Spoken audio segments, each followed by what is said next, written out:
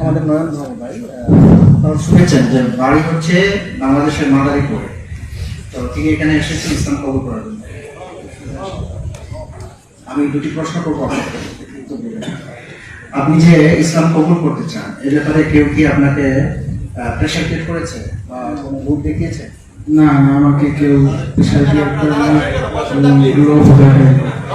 আমি নিজে ইচ্ছাই জন্মগ্রহণ করতেছি। ইসলামের কোন বিষয়টা আপনাকে আকর্ষিত করেছে বা ভালো লেগেছে যে কারণে আপনি ইসলাম কবুল করতে চান? যেরকম ধরেন বাংলাদেশে অনেক হিন্দু আছে যারা মনে করেন আপনার যেমন মৃত্যুর পরে বাবা মাকে পুড়িয়ে ফেলে, এমন একটা বিষয়। যেমন ইসলামের ভিতরে তাকে গোসল করাইয়া অনেক সুন্দরভাবে রাখা আছে, কিন্তু দুনিয়ায় হিন্দুদের ভিতরে তারা জাহান্নামের আগুনে পুড়িয়ে ফেলে। এই জিনিসটা তো যে আমি আমার নিজের মা বাবাকে অনেক ভালোবাসি, তো তাদের আমি কিভাবে আগুন দিব, এটা তো আমার পক্ষে সম্ভব না।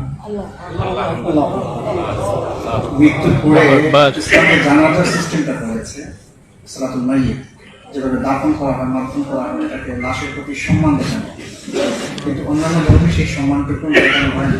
তো ভাই যে ধর্মে ছিলেন সেটা তিনি মনে করেছেন যে তার এরকম যদি কেউ পুড়িয়ে ফেলা হয়, পুরানো হয়, তাহলে সেটা অসম্মান দেখানো হয়, রেসপেক্ট করা হয় না। এই জন্য এই জিনিসটি তাকে আকর্ষিত করেছে ইসলাম থেকে করা থেকে। তো আর কোনো কথা আছে আপনার? তো এই সমস্ত কারণে আমরা কিন্তু ইসলাম কবুল করার জন্য আমি দেখা হলে এখনই হলো মাত্র এই ভাই একজন ভাই নিয়ে এসেছেন, তো এই ভাই ইসলাম কবুল করতে চান। ইসলাম কবুল করার জন্য কালিমা পড়তে হবে, তাই না? আমরা একটু আমার সামনে পড়বো, আপনি আমার সাথে কপি করে নিবেন। আশহাদু আল্লা ইলাহা ইল্লাল্লাহু ওয়া আশহাদু আন্না মুহাম্মাদান আবদুহু ওয়া রাসূলুহু। أشهد أن لا إله إلا الله وأشهد أن محمدا عبده ورسوله آمنت